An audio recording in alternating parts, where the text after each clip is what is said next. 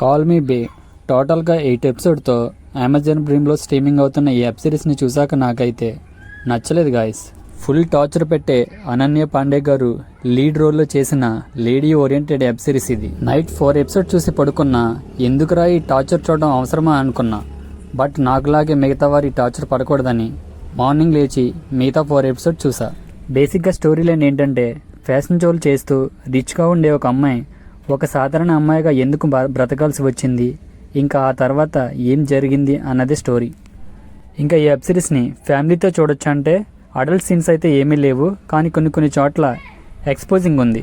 Episode 1 the golden girl messages up 40 minutes ఉంటుంది. Episode number 2 Bay in Bombay 36 minutes ఉంటుంది. Episode number 3 Bay gets to work 37 minutes ఉంటుంది. Episode number 4 Bay tries to fit in 39 minutes ఉంటుంది. Episode number 5 triple truffle for Bay 43 minutes ఉంటుంది. Episode number 6 Bay tries to be a journalist 40 minutes ఉంటుంది. Episode number 7 bay cracks to code 37 minutes ఉంటుంది. ఇంకా episode number 8 బే revolutions 44 minutes ఉంటుంది.